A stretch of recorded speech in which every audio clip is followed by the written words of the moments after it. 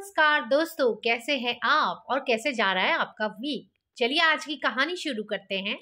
लीला नाम की औरत जैसे ही उसका मेनोपॉज आ रहा था बहुत ही थकान महसूस करती थी और थोड़ी चिड़चिड़ी भी हो गई थी।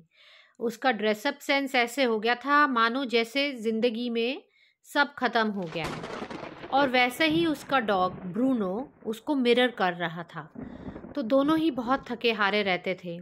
एक दिन वो अपने फेवरेट बगीचे में बैठी, जो फूलों का बगीचा था उसका फेवरेट। वहाँ बैठना उसे बहुत पसंद था। अरे अब तो लगता है कि बस जिंदगी की शाम आ गई है। मैं बहुत ज़्यादा थक गई हूँ। अब इस जीवन का महत्व ही कोई नहीं रहा। क्या करना है इतना जी के। और अब तो बहुत जल्दी भी थकने लगी हूँ। लगता है अब मेरा समय आने वाला है शायद। वहीं ब्रूनो भी यही सोच रहा था कि मैं बहुत थका हुआ बेचैन लगता हूँ। क्या हो रहा है हमारे साथ। इतने में ही एक चमत्कार हुआ।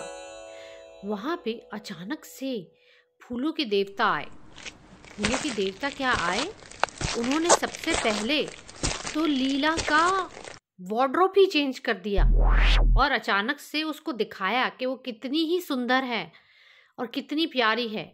उसे कहा, देखो लीला, तुमने हमेशा सबका ध्यान रखा है। नहीं होती है, इतना मत सोचो। और ये जो थकान हो रही है और ओवरवेलमिंग सिचुएशन आ रही है ना, ये सब इसलिए। ये पेड़ देख रही हो एल्म का, ये तुम्हारी मदद करेगा। अचानक उस दिव्य शक्ति ने उस पेड़ की तरफ एक सुनहरी रोशनी छोड़ी और वहां से एक बॉटल निकाली और वहां से गायब हो गए। देखा उसने लीला ने कि उसके पूर्वज भी वहां थे। लीला कुछ समझ नहीं पाई और एकदम बहुत चक्की रह गई कि ये हो क्या रहा है मेरे साथ। उसके पूर्वजों ने उसको कहा कि भाई ये लो और तुम देखोगी तुम्हारे अंदर वो शक्ति जो तुम मिस कर रही हो वो फिर से आएगी और तुम पहले की तरह इतनी जल्दी थकोगी नहीं और ना ही ऐसी ओवरवेलमिंग सिचुएशन में नहीं रहोगी।